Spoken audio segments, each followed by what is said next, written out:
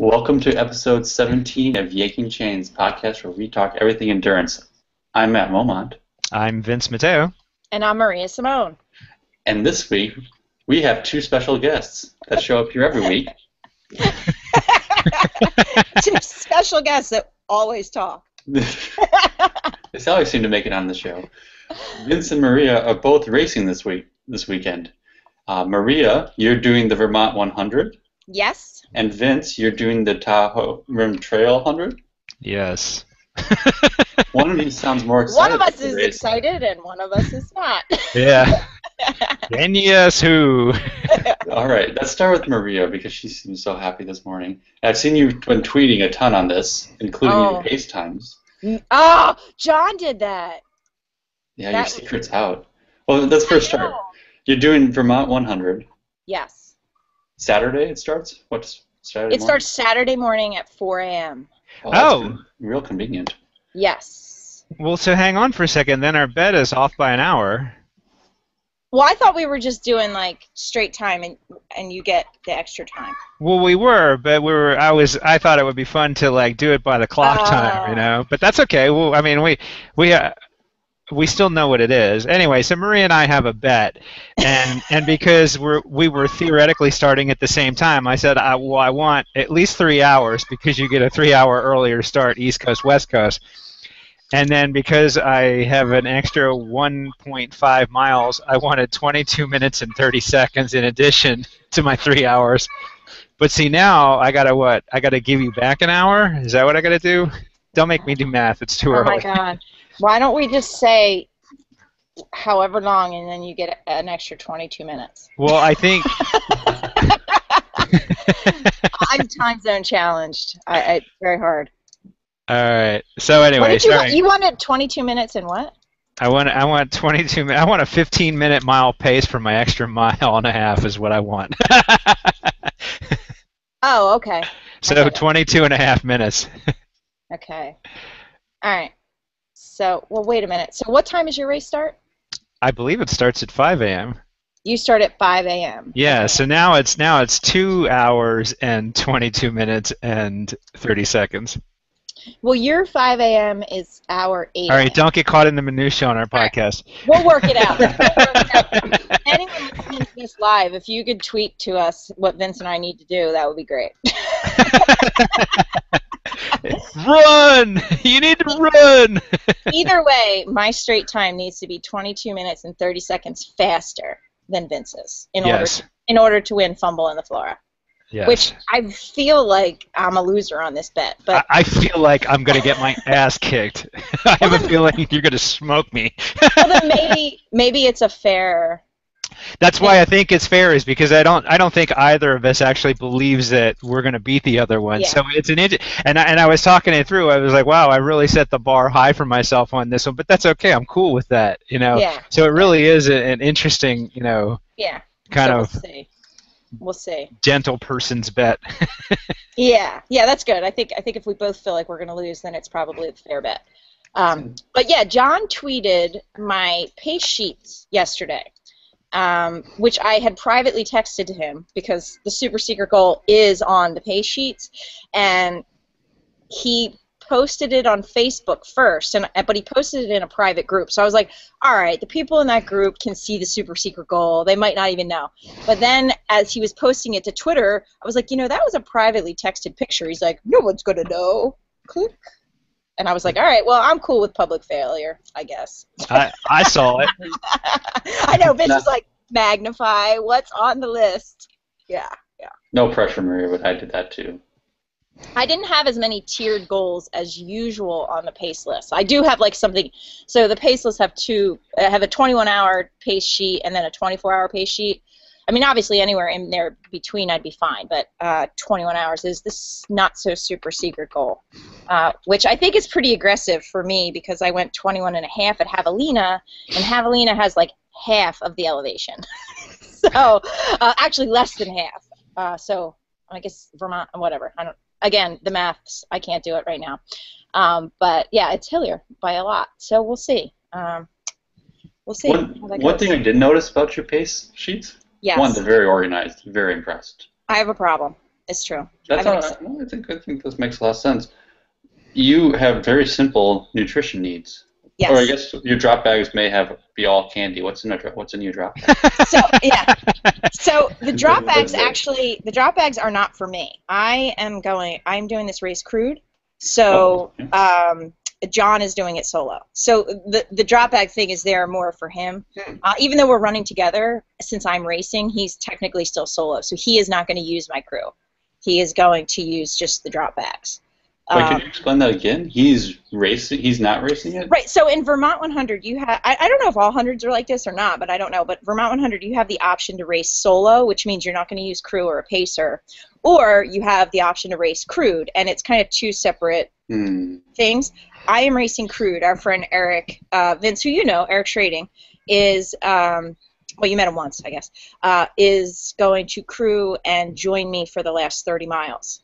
John and I, however, are planning to run the whole thing together, but that won't affect his solo status because I am a registered participant. So as long as he doesn't take any aid from Eric, he's still considered solo. Does that make sense? You have a very strong marriage. Yeah. At least for now. Yeah. That's good. I'm impressed. Last year when I paced him for the Vermont 100 in the last 30 miles, we were coming into aid stations, and I'm barking out, hurry up, grab your thing, let's go, you're taking too much time, da-da-da. And one of our friends was at one of the aid stations. He's like, so are you still planning to be married at the end of this? Or like, what's your plan? I'm like, we'll be fine, let's go. I remember there was a sit-down meeting with him at Javelina when he wasn't prepared for you when you came in, and that was like that was interesting. Yeah. Then slowly shuffles away.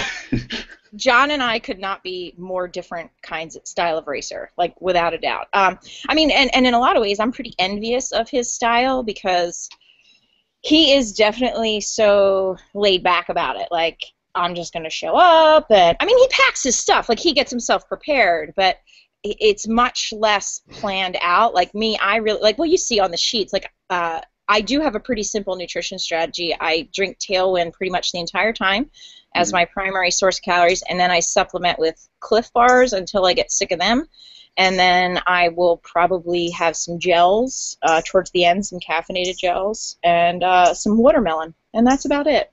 How many calories an hour are you doing? I do between 200 to 250. You're not doing like the starvation thing that Vince does, where you like doesn't eat and runs until you can, and then has one gel.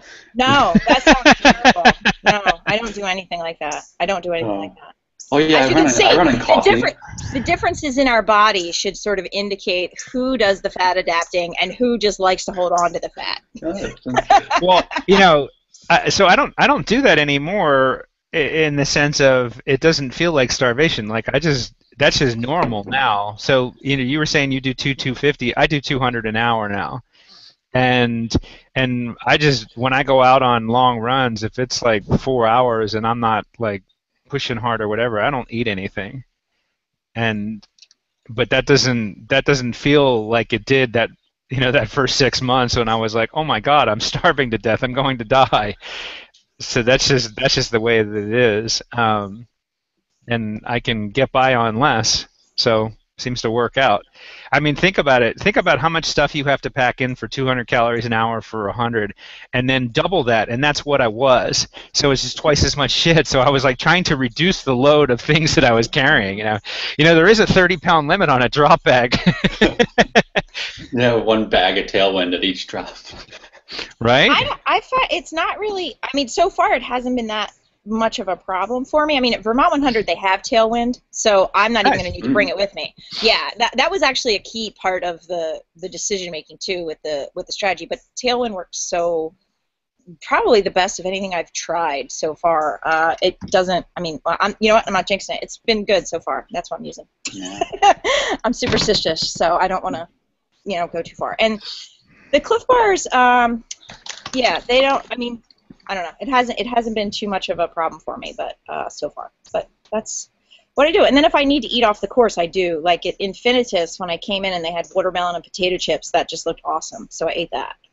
So as the race goes on, I will go to the aid station tables and then kind of eat with my eyes if I feel like I need something. Which is typically I want something watery, and I want something salty. Is what kind of how the day progresses. So you mentioned you're superstitious. I am so superstitious. Does that have anything to do with the purple streak in your hair right now? No, I just like purple streaks in my hair. Okay. Yeah, I just did it. What are you superstitious? It's a midlife crisis. You know, I keep. Oh, is this not for the race? This is just. It's just I did it like 2 weeks ago. Students. Yeah, I actually did it right after our last one. Oh, that's good. Yeah. Cool. But what else are you superstitious about? What do you? Well, it's funny. Like right now, I'm in the middle of writing a blog post about my routines for race week, and I'm pretty much have to do like the same things all the time. Just have to kind of pack in a certain way and make lists in a certain way and write out a race plan in a certain way. But I'm not superstitious about like clothes or anything like that. Like it's not like I have to wear the same unwashed socks from that nothing like that. It's more like process has to be the same. So I guess. Where did you learn your process? How did you figure that out? Just over time. I think one of the things that I'm actually writing, teaser for the blog post, right? One of the things I'm writing about right now, and Vince knows this because he kind of watched the switch flip with me. Like when he first started coaching me, I was a mess about everything. Like I would have a time trial workout and I would start sweating about it a week in advance. Like, oh my god, this is gonna be so hard. I'm not gonna be able to do it. This is gonna be so bad. Oh my god, Vince, wait, what should my cadence be? And like, should I do it at 6 a.m. or 7 a.m. or like, what do you think? Should I eat? It's just like, oh, am I wrong, Vince, or not? I mean, No, I'm just laughing, but there's a lot of people like that, so it's okay. Yeah. That's sort of normal. So I used to be pretty crazy, and when I did Mont Tremblant in 2012, I had worked myself into such a frenzy in the week going into that race that I was literally sick the entire race. Mm-hmm. So after that race was over, my reflection on that race was like, this has got to stop. I cannot.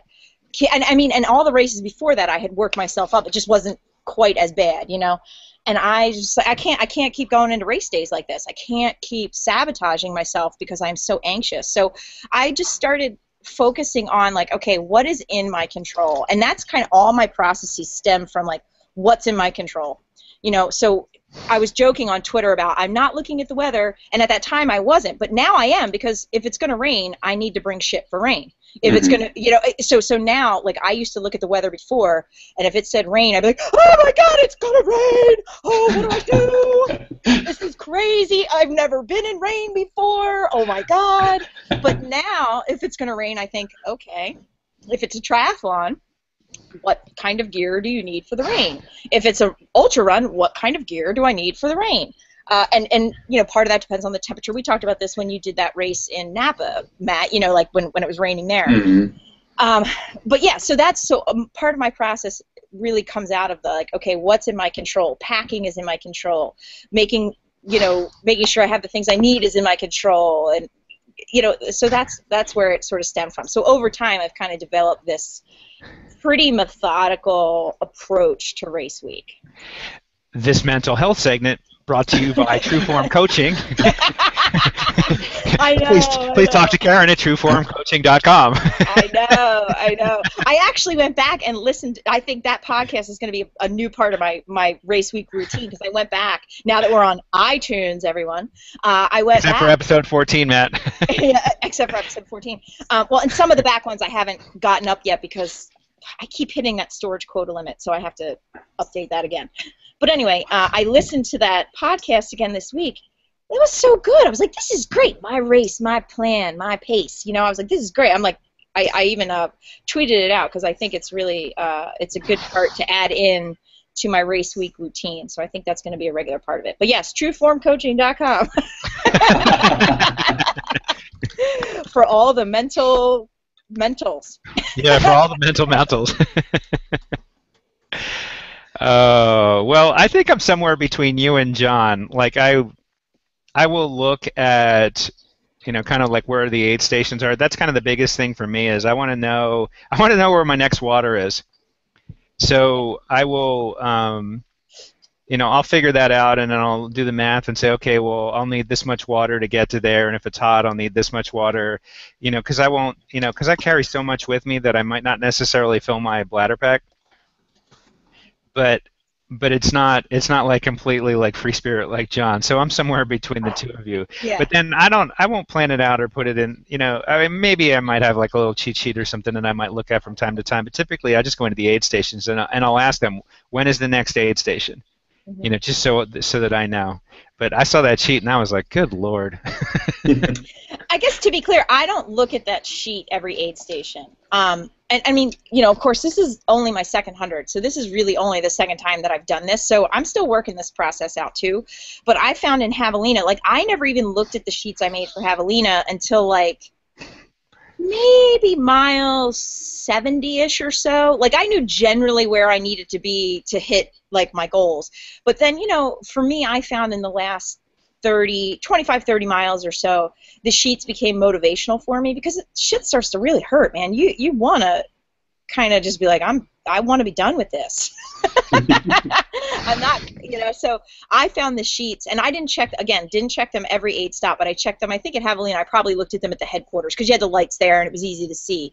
And they became kind of motivational. And of course, poor John pacing me got tortured with them because I was like, we have 32 minutes to make the goal. I'm under by 32 minutes. And John's like, well, then we can relax. No, we can't. It's 32 minutes, So my plan in Vermont 100 is the same exact thing. Like I don't really, even though I write out a race plan, I think it's more part of my journaling process than it is actually something that I look at on race day.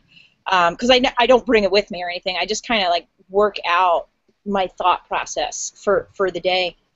And my plan is remains the same. I pace, eat, drink, smile, PEDS. That's what I do. That's it. Well, that's good. PEDS. Yeah. Nice. Vince, So. This Tahoe, not to psych you out. You already seem a little. I don't know if you're psyched out or not, but you're not as excited. I'm a little bit stressed. I don't. This race scares me because this race looks tough as shit. Sorry. Yeah. This race is tough as shit, and because I look at the finishing times. Holy cow! They're not very fast. They suck. Let's put this into perspective. I went 19:20 at Javelina, and last year I went 27:30 at Tahoe Rim. Yeah. And I've been up there a few times this year, and it doesn't not scare me. What's the biggest? What's the big challenge there?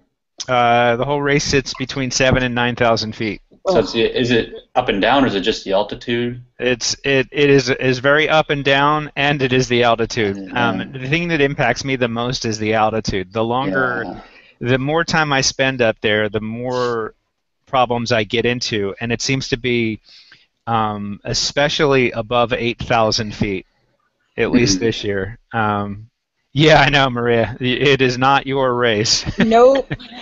Nope, not unless you want to see some poor woman slog through and not make it to the finish. Oh my God. It is, and it's your typical 100 has a 30-hour finish. This has a 36-hour finish. Yeah, and there's some people that came in right around last year, like 35. They have the awards ceremony right after the cutoff, and so there were damn, John, got a big old smack in the head. No, posting my shit on Facebook. Pace is chasing the chickens. Pace is chasing the chickens. Yeah, that's what I'd be saying if I couldn't see what was going on off camera. So at the awards ceremony, and not that I had made any sort of stellar time or whatever, but people were crossing the finish line and walking into the awards tent. Yeah. I mean, what it looks last year, 150 people finished, 154 finished, 79 did not. Oof. It's a pretty, and 5 did not start. Oh, so these 79 started but did not finish. Wow. Yeah, it is. That's a brutal day. It's tough, and you have it's a double loop, so there's an opportunity to walk off. Oh, that's yeah, it was. Don't do that. Trust me, it had crossed my mind for the first time ever. What's your plan? Because you did this last year. My plan is to. I have no time goal, and I sincerely mean that. I have zero time goal. All I want to do is not get in that place that I was at last year. That is my only goal, is to just get through it, cross the finish line. Oh, there's an airplane that she's got to run after? I have no idea what happened. All right. So So what happened last year? I mean, it wasn't your fastest 100, but there were a lot of things that went wrong, and it all adds up, right? mhm. The biggest thing is I probably went out too fast. Um, I went back there this year and I was really paying attention to what my heart rate was on the first segment, and I I think the rule that I came up with Javelina, which is basically just don't let my heart rate go above a certain number, no matter what, and really let that kind of keep things in check. The problem is there's some really tight sections, and you kind of people in front of you and behind you, and so you're trying to move through it. And I think what I'm going to do is when the race starts, I'm actually going to let people just get in front of me, Mm-hmm. and then I can do my own thing, and I won't have people behind me that are kind of forcing me through it. And I'm okay with letting that happen. And the first 10 miles are pretty much all uphill, and you get up to the high point within that first 10 miles, or within a few hundred feet. So you're basically at 9,000 feet within 10 miles. And then I think if I just kind of gradually go up that segment, then things will open up, and I think I'll be in a better position.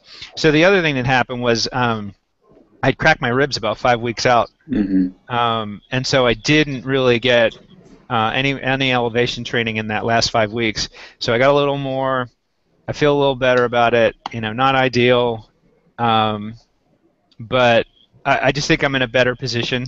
So we'll see. I mean, if I could, I got stopped at Med for 30 minutes, so there's a half an hour. If I don't go out too hot, the race is in a little better control. I think there's definitely like a PR in there, and then it's like, well, how close can I get to 24 hours? So I know Marie's got a 21-hour goal, and like her like fail-safe goal is like 24 hours. No. Fail-safe is 30 hours. Well, yeah. So mine is finished too, but I saw 24 hours on your sheet.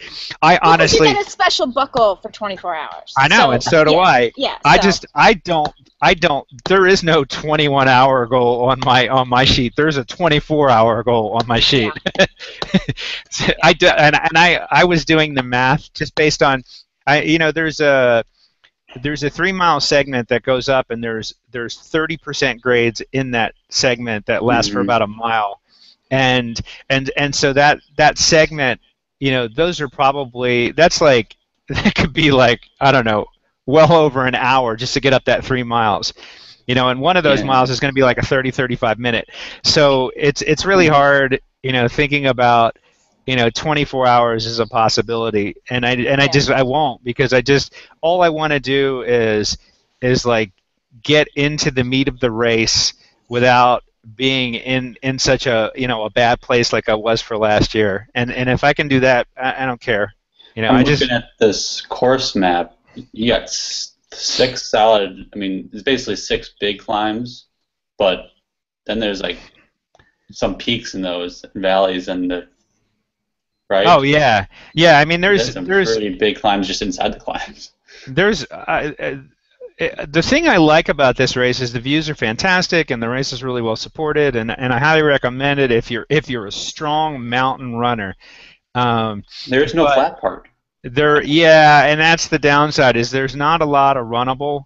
I mean, there are, but the ups and downs are really steep, so you're not running the ups. But I mean, it's an awesome course. I mean, there's some really fun places in it, and the views are fantastic. Hard to beat. And it starts at 6 a.m.? No, it starts at 5 a.m. There's a 50-mile race that starts at 6 a.m., I think, which is a little bit of a drag because those guys come blowing by you, and you're like, oh my God, who is that? And then you realize, oh, they're just a 50-miler. How does this compare? Oh, go ahead. What's the total gain on it, Vince? At 22 up and down. Okay. How does that compare to the Barclays Marathon? Oh, Barclays is way harder. Is it? I mean, elevation-wise. Elevation-wise, I forget what that is. Well, I don't know, and I think Barclay changes a little bit too, but it's not even that. I mean, Barclay is an orienteering course. You're designed to get lost and beat up and torn up, and it's that. I don't know. I mean, that's. That is not anything I have an interest in.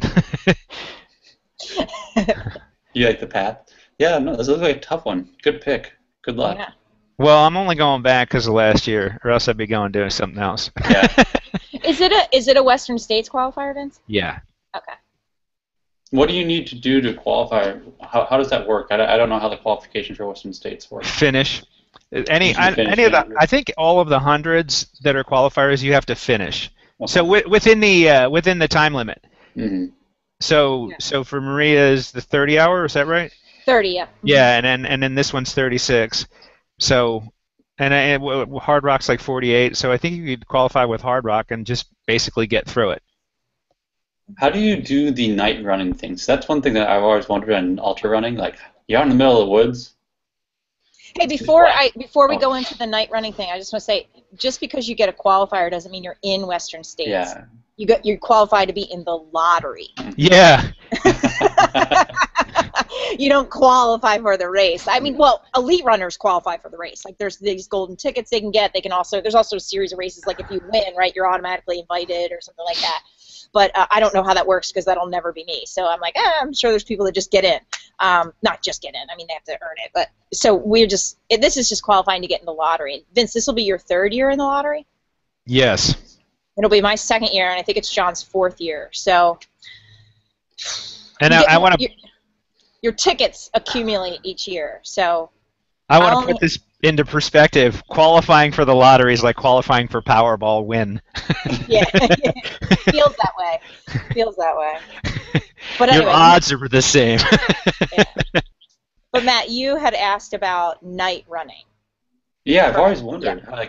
Like if I live right near the woods, and I'm thinking like if I just went out there at 11 o'clock at night, that would not be. I mean, I grew up camping in the woods a lot, but I'm not sure I'd go running in the woods, like alone. Well, there's a difference between running in Lake Tahoe and running by your house. That's fair. This is true. I mean, I have a pair of headlamps, and one of them is.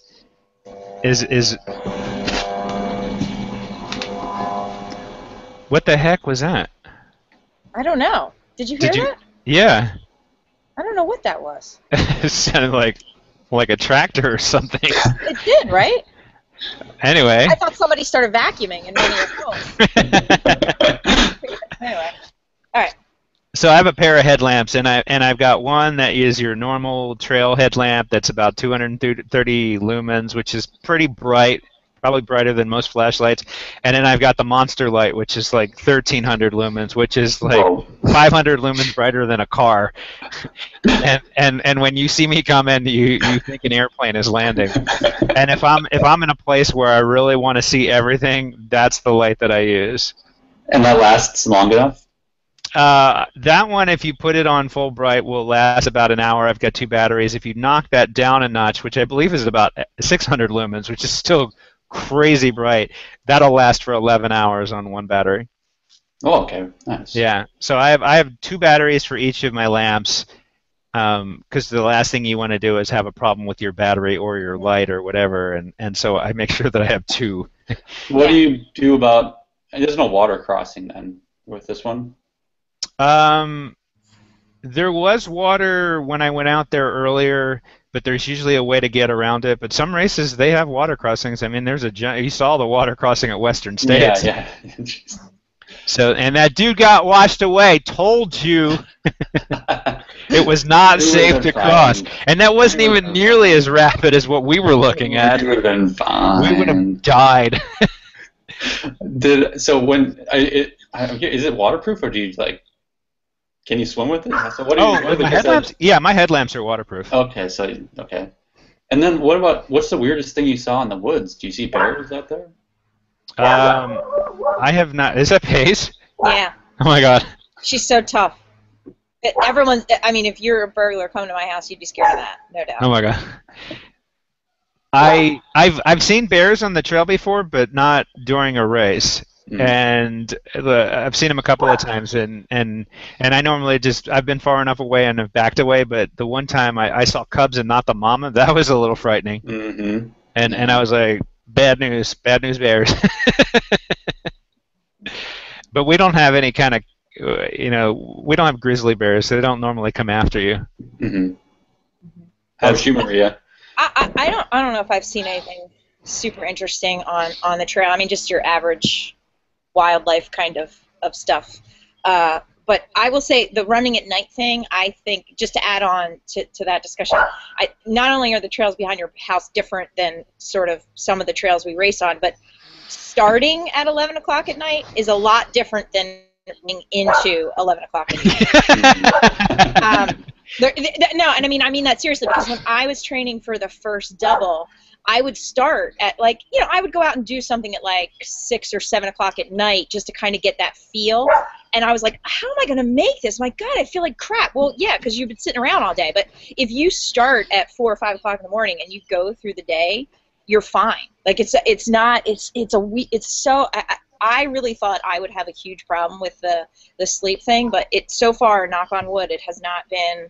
It feels different because it's like an object in motion just kind of stays in motion, right? And I think that's kind of what happens. I mean, obviously, if I get into 48 and 72-hour races, that metric's going to change a little bit. I think you kind of have to force yourself to sleep. But for this kind of stuff, I think you just kind of start and you stay in motion. So that the nighttime running is not that bad as starting out at the end of night. I'm a morning trainer, so for me to start at night is horrible. I mean, I know some people love to train at night, but that's not for me. But it doesn't feel like that bad. Now you can hear the chickens, right? Oh my God, yeah. I'm like a full-on zoo here. Sorry.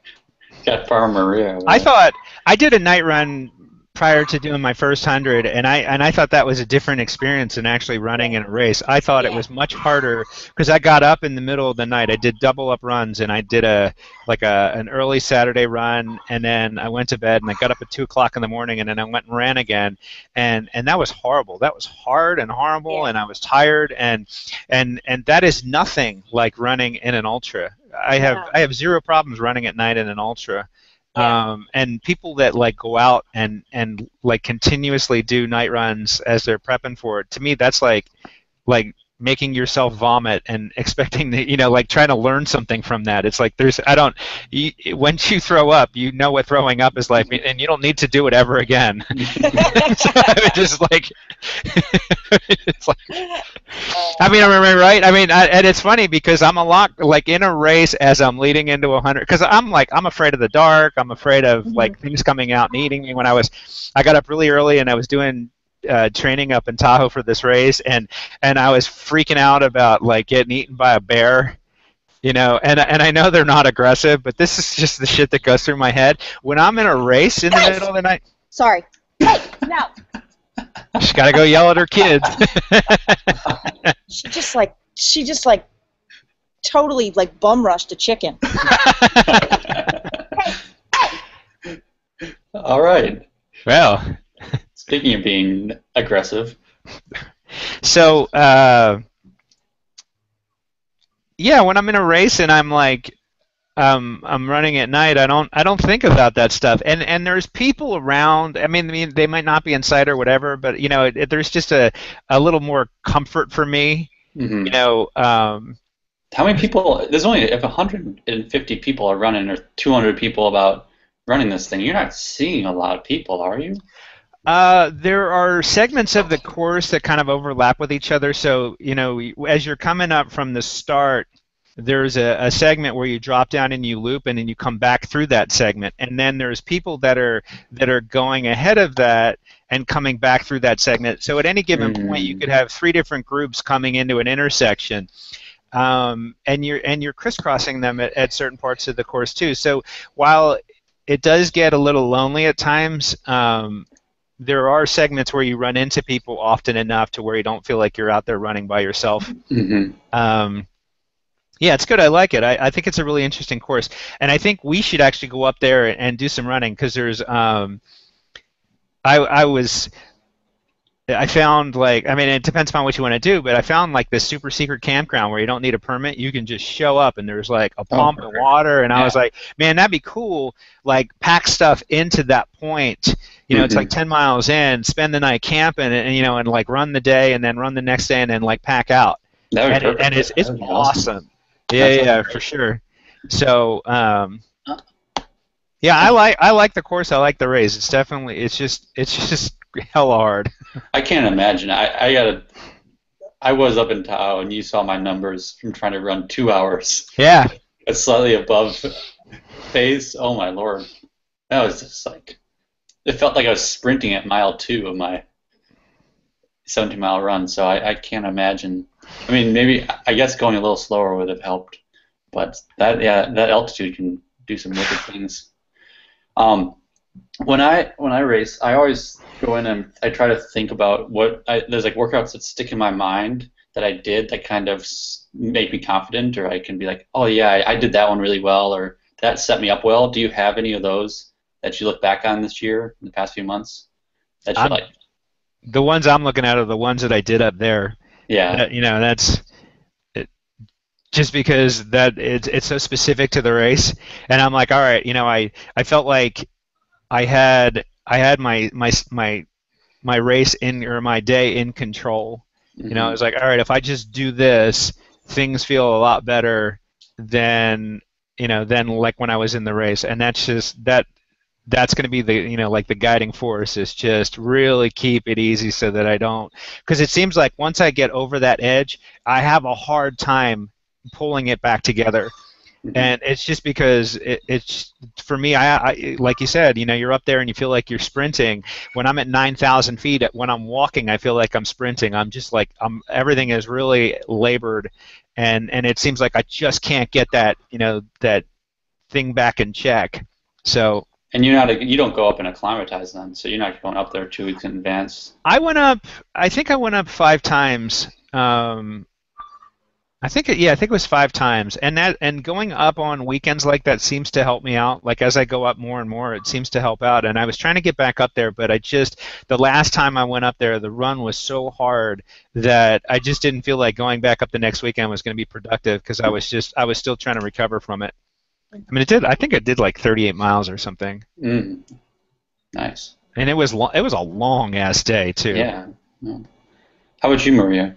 I think for me, Infinitus is, if I made it through that race, I think I'll be all right at Vermont 100. By all accounts, I've been told repeatedly that 88K I did was harder than the Vermont 100. So even though it wasn't longer, in terms of my time on feet, it wasn't that much shorter than what I'm hoping to do, even at 24 hours, what I'm hoping to do at Vermont 100. And the climbs in Infinitus were kind of along the lines of what Vince was describing, not quite as many as the Tahoe Rim 100, but there were certainly long 1 to 2 mile climbs in maybe not 30% grade, but certainly 15 to 20% grade. So there's really nothing kind of that either grade or duration in Vermont 100, although Vermont 100, like Tahoe Rim, is either up or down. So there's no like sort of long flat sections, or even short flat sections. Like the last 30 miles I did with John, we were either climbing or descending,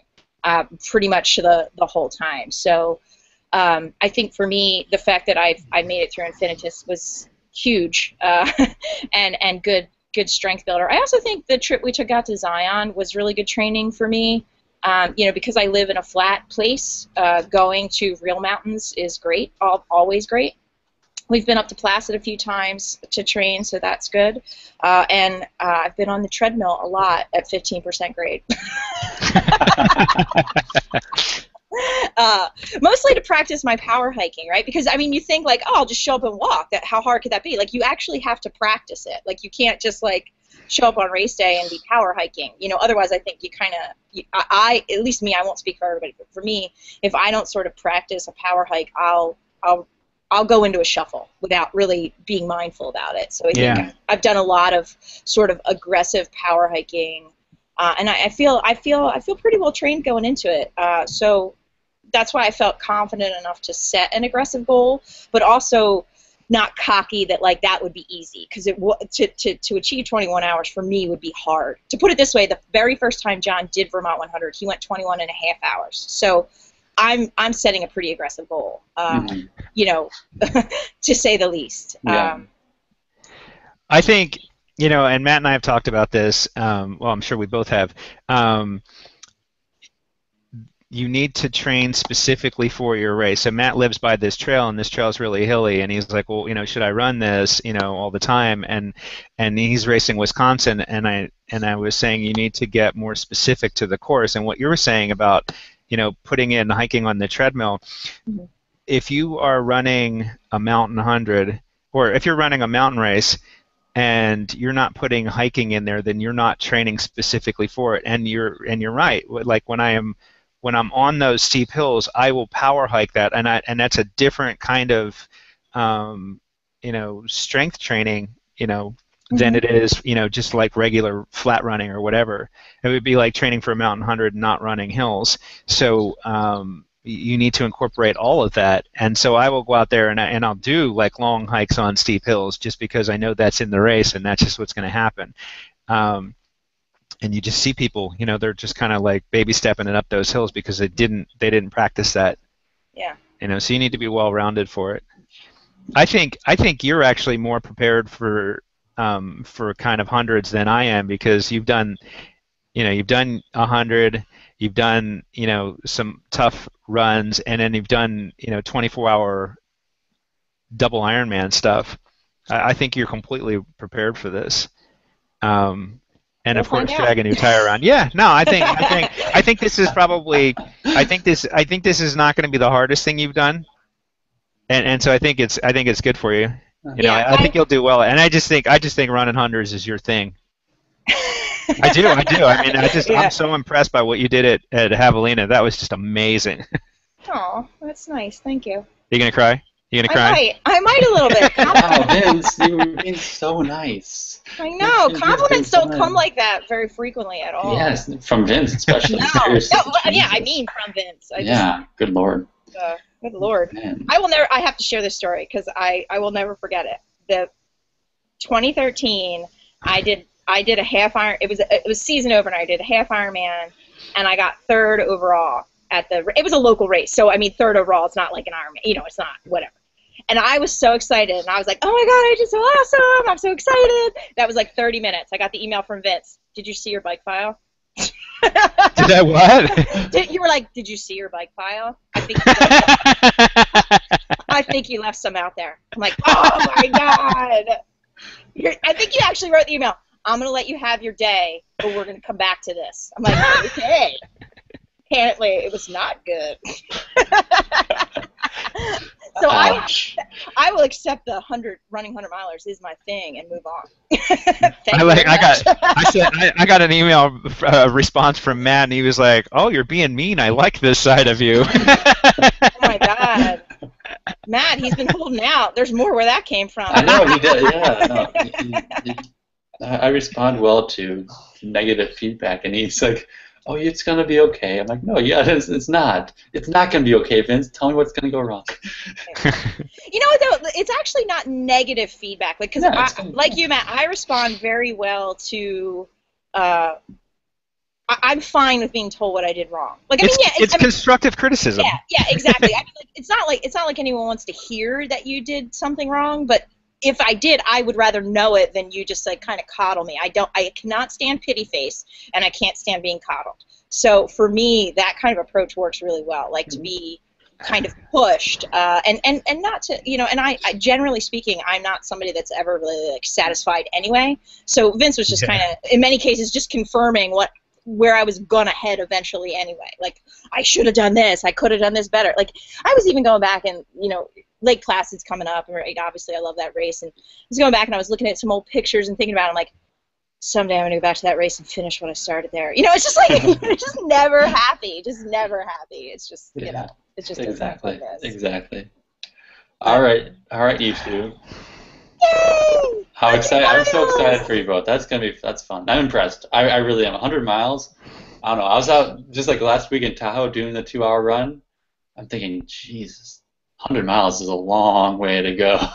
Yes, it is. You just can't think of 100 miles though, and it's so much like a real adventure. Like, how much adventure do any of us have in our day-to-day lives? Like, not a lot. Like, when I'm done this podcast, I'm gonna go back to answering emails and making spreadsheets about your adventure, about my adventure, and all that. But I mean, I think we just don't have that kind of adventure in our day-to-day life. And running 100 miles is, no matter, I don't care. You know, this is only my second one, so I'm still in 100% unknown territory. I've watched John do enough of these to know that it doesn't matter. You know, but even like veterans that have done literally hundreds of hundreds, they'll tell you the same thing. It's just never the same thing.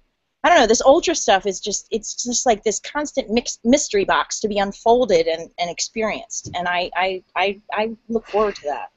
Well, what I can tell you is, you know, last year when I did this race, pretty much from like somewhere around mile 30 to mile 80, my life was shit. And then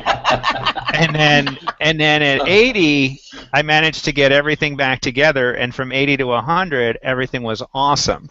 And that's just because an Ironman or a half Ironman or a marathon or whatever, things fall apart and they just don't have enough time to come back together. This is something where things can go wrong, and you know, 10, 20, 30 miles can go by and it can come back together, and there's still a whole lot of race left to go. Yep. And that's and it's just so interesting. And just I love I can't remember who said this, but it was, you know, they were like, well, why do you run hundreds? You know, because I can. And that's exactly what it is. It's like, I want to, because I can run 100 miles, I'm thinking, well, maybe I want to do a 200-mile race, you know.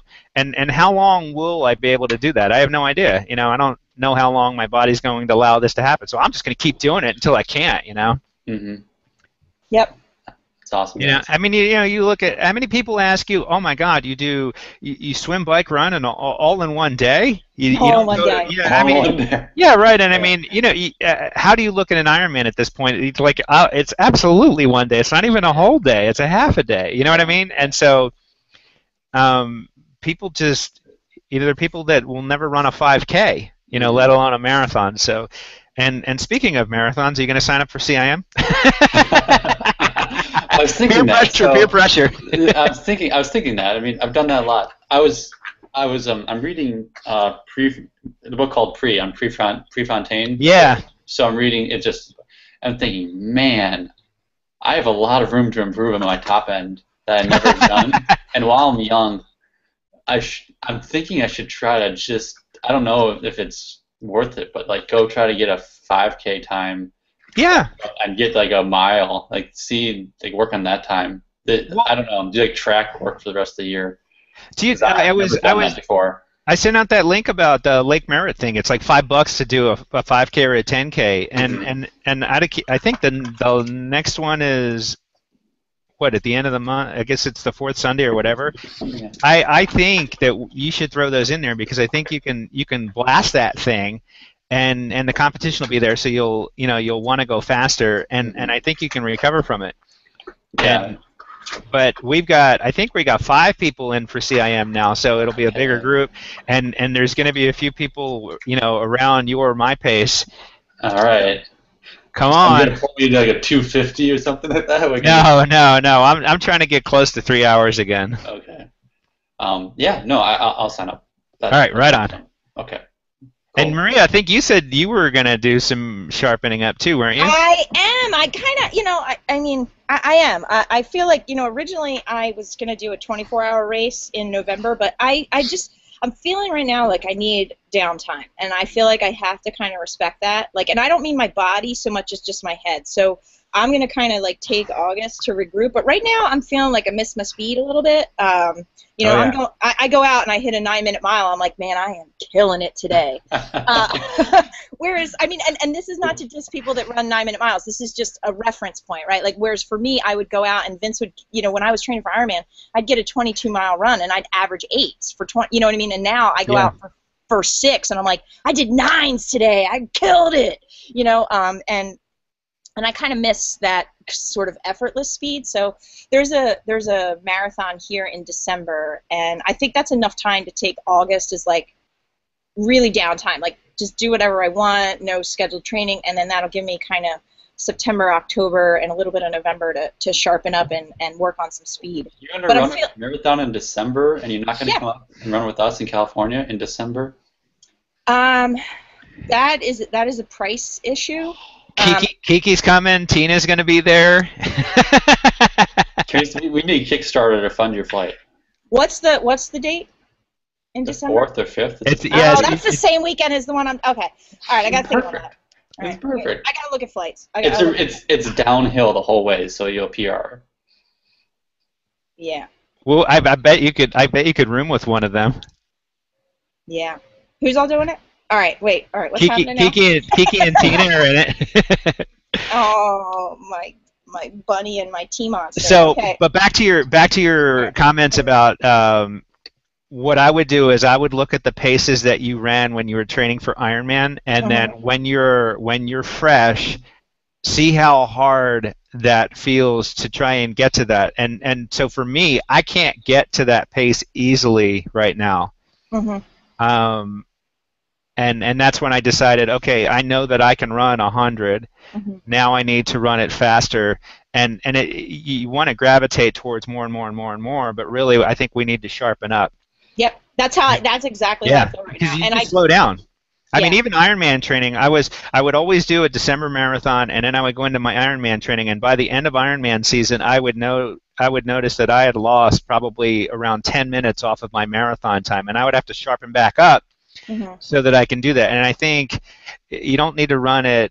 You don't need to run it, as a PR, but you definitely need to run it faster than where you were, or else I just think over time you're just going to become this slow 100-mile runner. Yeah, I feel that way, and I also feel like I have some job changes that are coming on board, and the faster, shorter training is going to help me transition a little bit, like until I know exactly what this means for my work life, because I have no idea how bad it's going to be once the fall hits. I just know that it's going to be bad, and and I was originally going to do a double in October, but I definitely don't have the time. I know I won't have the time for 20 to 27-hour weeks. I just won't. And even 100-mile training is still in the 15-ish hour, 10 to 15-ish hour range, and so I just feel like I need something that's going to keep me engaged, something different, and I think that and I need to like Vince said, I need to sharpen up. I just feel sluggish, like very slothy, and in some ways, it's like I'm fit, but it's a different kind of fitness, and I feel like I miss my speed a little bit, and like Matt, like you said, I'm not in my 20s, but I have a few years of speed left before it really is gonna. Any chance of a PR will disappear. I still have chances for PRs at 42. So I think that that's my plan. That's what I'm going to do. And I will look into the California International Marathon and see, because any chance to get the hell out of Jersey is good. I like chances to get out of this place. But I have to see. Awesome. Yeah. Well, thank you guys for being guests on Yanking Chains. And thank you all for listening to episode 17 of Yanking Chains. We will see you in 2 weeks. Yeah.